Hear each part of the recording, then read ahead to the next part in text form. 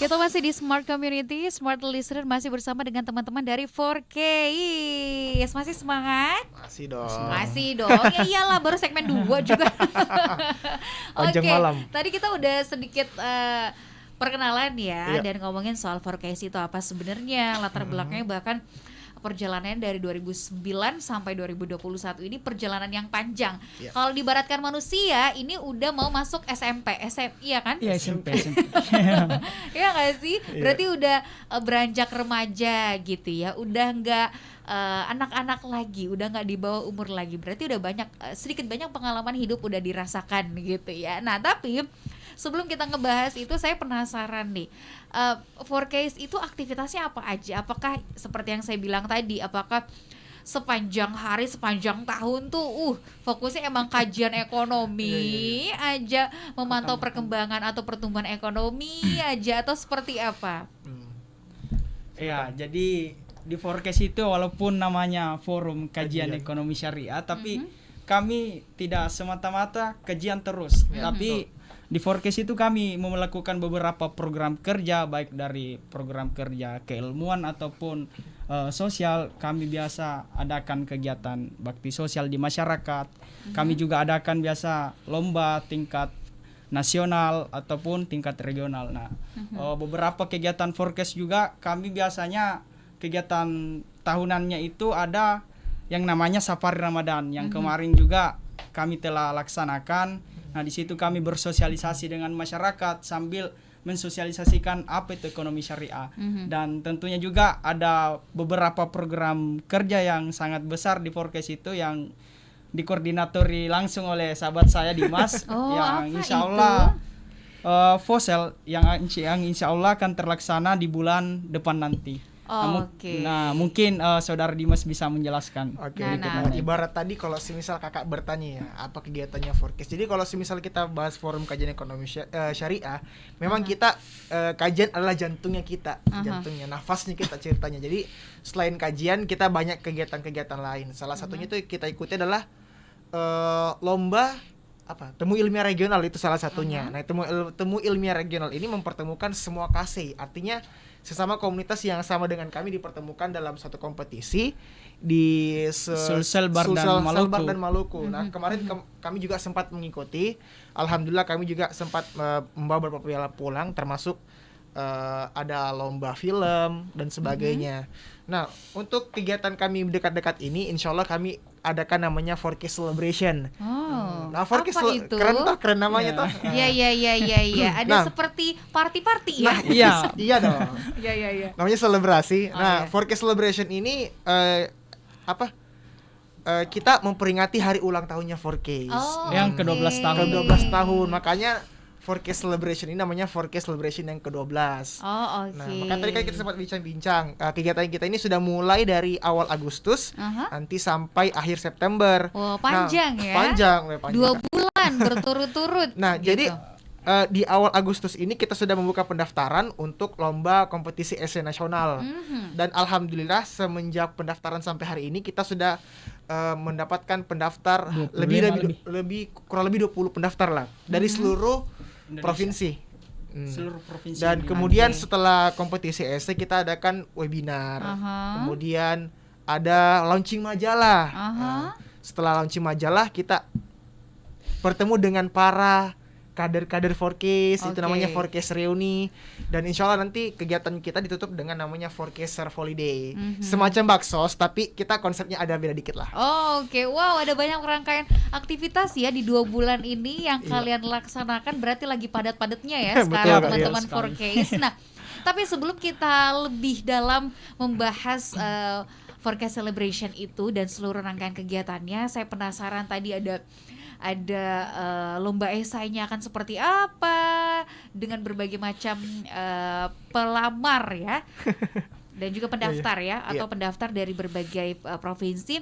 Nah, saya penasaran nih, teman-teman kan sejatinya ruhnya itu adalah melakukan kajian ekonomi. Berarti sedikit banyak paham dong seperti apa perkembangan ekonomi syariah di Indonesia. Nah, menurut teman-teman nih, ini saya membaca juga gitu ya. Menurut catatan Bank Sentral, ekonomi syariah itu sejak 2020 kemarin sampai sekarang tuh tumbuhnya negatif gitu dibanding dengan ekonomi secara umum. Nah, tapi walaupun negatif tapi perkembangannya lebih baik dibandingkan pertumbuhan ekonomi nasional. Gitu. Nah, teman-teman, dalam kajian kalian apakah ini melihat ekonomi syariah itu punya potensi yang besar di masa depan, dan seperti apa nih pemahaman masyarakat dari yang teman-teman temui atau bahkan masyarakat kampus gitu Iya, betul. tentang ekonomi syariah itu? Iya. Gitu. Ya, mengenai ekonomi syariah dan pertumbuhannya, ya kita lihat dulu dari regional kita sendiri. Kita tidak melebar dulu. Ya, saya melihat dari pertumbuhan dari regional kita sendiri itu alhamdulillah sekarang itu cukup meningkat dibanding dengan tahun-tahun sebelumnya. Melihat juga dari sosialisasi yang dilakukan oleh para mahasiswa yang menekuni bidang ekonomi syariah, yang dibuktikan dengan terbentuknya KC-KC yang ada di Provinsi Sulawesi Barat, Sulawesi Selatan, dan Maluku. Nah, itu menjadi salah satu bukti bahwa pertumbuhan literasi ekonomi syariah yang ada di Indonesia, khususnya di Indonesia bagian tengah, itu cukup signifikan begitu kan. Oke. Jadi perihal ekonomi syariah ya Kak. Jadi mungkin banyak, atau saya kurang paham juga ya, mungkin masih ada stigma masyarakat bilang ekonomi syariah adalah sistem ekonomi yang baru. Padahal enggak, justru ekonomi syariah ini adalah ekonomi yang sudah ada sejak dulu. Nah, perihal kalau kita bicara masa depan ekonomi syariah ke depannya, ya kita lihat dari beberapa tahun belakangan terbentuklah satu bank syariah dari merger 3 bank syariah, itu Bank Mandiri, Bank BNI Syariah dan BRI Syariah. Nah, betul sekali. Jadi kalau kita melihat potensi perkembangan ekonomi syariah di Indonesia, saya rasa sudah cukup pesat ya, dan ya betul. Ya, dan menjadi masa depan yang baru bagi perekonomian kita ke depannya Kak, begitu. Oke, baik. Dan masyarakat udah cukup paham mungkin ya dengan perbedaan antara ekonomi secara konvensional dan juga sistem syariah itu seperti apa. Nah, kalau kalian sendiri melihat, kalau kita di Sulawesi Selatan atau khususnya di Makassar dia dari kajian-kajian yang kalian lakukan gitu, apa yang perlu ditingkatkan nih atas pemahaman sistem ekonomi syariah kepada masyarakat kita? Nah, oke. Kalau saya sendiri ya Kak, mungkin kebanyakan orang menganggap ekonomi syariah itu adalah sebatas perbankan. Nah, padahal sebenarnya kita enggak. Kita ekonomi syariah banyak yang kita bahas. Termasuk atau begini, labelnya aja syariah, sistemnya tetap sama kok. Nah, itu yang salah, yang banyak berpendapat begitu Kak. Termasuk salah satu kemarin siapa namanya? Yang menganggap bahwa ekonomi syariah adalah lintah darat. Padahal sebenarnya oknumnya saja toh. Jadi sebenarnya kalau kita di ekonomi Islam, kita tidak hanya membahas tentang perbankan syariah, kita juga termasuk bahas tentang zakat, wakaf, infak, dan zakat, biasa disingkat dengan siswa. Jadi banyak yang kita bahas terkait ekonomi syariah, tidak tersempit pada perbankan syariah saja Kak, begitu. Dan, jadi ya, betul.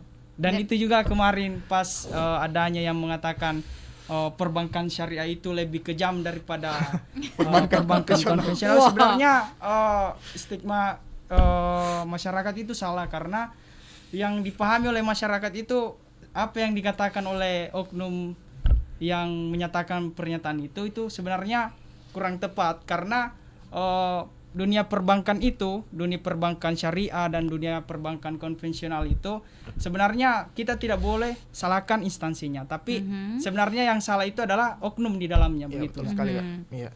Oke, karena sistemnya sudah diatur sedemikian rupa, mengikuti sistem syariat gitu ya. Jadi tinggal orangnya aja, makanya orangnya itu kayaknya harus masuk ikutan kajian sama kalian. Betul sekali Kak. Mari bergabung di Pose. Sebagai ikan si insan ekonomi syariah nih, kalian kan pasti juga punya semangat yang sama untuk menumbuhkan ekonomi syariah itu ke depannya. Jadi biar semua orang beralih dari konvensional ke syariah semua, ya nggak sih? Iya. Nah, sampai sekarang apa nih yang udah dilakukan sama 4Case di 12 tahun ini gitu untuk terus mengembangkan dan menumbuhkan ekonomi syariah?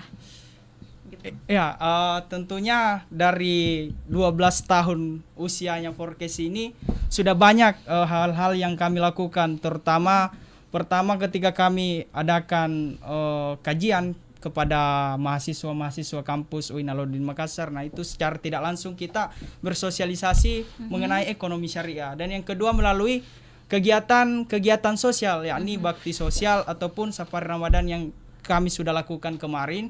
Dan secara tidak langsung kami juga mensosialisasikan melalui dakwahnya kami tentang ekonomi syariah itu. Dan kami juga telah melakukan beberapa launching majalah yang sebelum Covid kemarin kami adakan launching majalah itu juga membahas mengenai ekonomi syariah dan kami bagikan kepada mahasiswa, dosen dan lain-lain. Dan tahun ini insya Allah kami akan adakan lagi launching majalah yang kedua. Nah, itu juga merupakan literasi untuk mahasiswa, dosen, masyarakat setempat mengenai ekonomi syariah itu sendiri. Pernah nggak sih kalian melibatkan langsung stakeholder atau pemerintah setempat dalam kajian-kajian ekonomi yang kalian lakukan gitu, biar ada insight gitu dari pemerintah atau seperti apa?